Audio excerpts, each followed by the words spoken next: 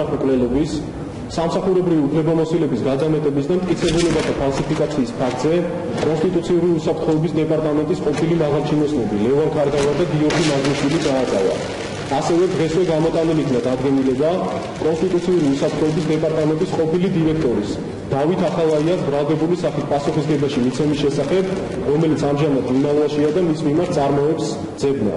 მოგახსენებთ, რომ საქმე ეხება 2006 წლის 12 იანვარს ნავთობის ავტოსადგურის მიმდებარე ტერიტორიაზე კონსტიტუციური უსაფრთხოების დეპარტამენტის მიერ ჩატარებულ ხმაურიან სპეცოპერაციას, რა დროსაც განსაკუთრებული სისასტიკით მოკლულ იქნა 3 ახალგაზრდა: მარა დართმელაძე, რომან სულმანიძე და მურად გორგაძე.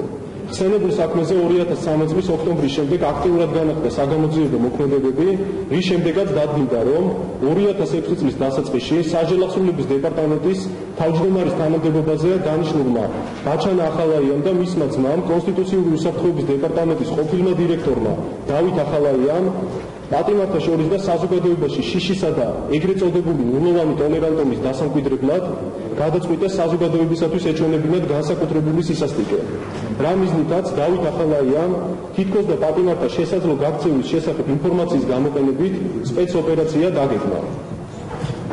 2006 წლის 12 იანვარს დავით ახალაია თავის თანამშრომლებთან ლევან ქარდავასთან, გიორგი მაზნიშვილთან, სპეცდანიშნულების რაზმის უფროსთან შალვა თათუხაშვილთან და ასევე ანდროისთვის ძიები დაუდგენელ სხვა თანამშრომლებთან ერთად ავტოსადგურ ნავთობის მიმდებარე ტერიტორიაზე მივიდა, სადაც მათი ინფორმაციით დაახლოებით საღამოს 9 საათზე ერთ-ერთი პატიმრის გია გორგაძის ძმა, წინასწარ შერჩეული და სასიკვდილოდ განწირული 17 წლის მურად გორგაძე და მისი მეგობრები, 21 წლის რომან სურმანიძე და 23 წლის მარა დართმელაძე უნდა მისულიყვნენ.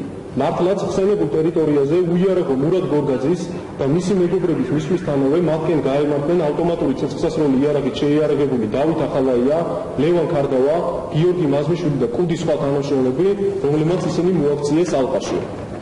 შეიარაღებული პირების დანახვისთანავე შეშინებულმა გორგაძემ და მისმა მეგობრებმა ითხოვეს შველა და შეეცადნენ გაქცევას, თუმცა საპასუხოდ ახალაიამ თანამძრახველებთან ერთად ყოველგვარი გაფრთხილების გარეშე განზრახ მკვლელობის მიზნით დაიწყო მიზანმიმართული სროლა, რის შედეგადაც 3 მათგანი მიწაზე დაეცა. დავით ახალაია მიუახლოვდა მძიმე მდგომარეობაში მყოფ ძირს დაცემულ მურად გორგაძეს, ავტომატის ნულა თავზე მიაბჯენა და განახორციელა საკონტროლო გასროლა.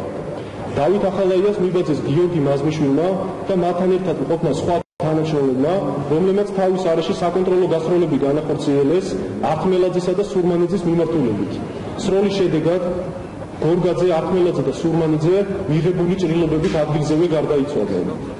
მათვე მტკიცებულებების ფალსიფიკაციის მიზნით გვამებთან დაალაგეს წინასწარ მოგზადებული სპორტული ჩანთებით შემთხვევის ადგილზე მიტანილი ავტომატური ცეცხლსასროლი იარაღები, რის შემდეგაც საზოგადოებისათვის საჩვენებლად შინაგან საქმეთა სამინისტროს მაშინდელმა პრესსამსახურმა გურგენ დონაძის ხელმძღვანელობით ვიდეოფილზე გადაიღო სპეცოპერაციის მიმდინარეობის დადგმული სცენა, რასაც თანახმდა ავტომატური ცეცხლსასროლი იარაღით განხორციელებული ჰაერში გასროლა და შემთხვევის ადგილის გადაღება.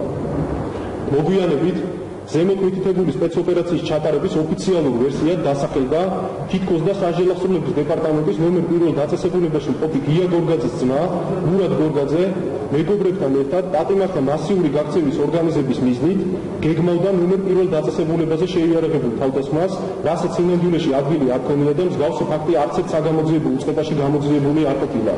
მაშინ, როდესაც კონსტიტუციური უსაფრთხოების დეპარტამენტის მიერ ჩატარებულ სისხლიან სპეცოპერაციას 3 უდანაშაულო ახალგაზრდის სიცოცხლე ემსხვერპლა. მოგახსენებთ, რომ გამოძიება მიმდინარეობს საქართველოს სისხლის სამართლის კოდექსის 119, 323 და 369 მუხლებით, რომელიც სასჯელის საკეთებელად ითვალისწინებს 10-დან 20 წლამდე ამ მოადო თავისუფლების აღკვეთას.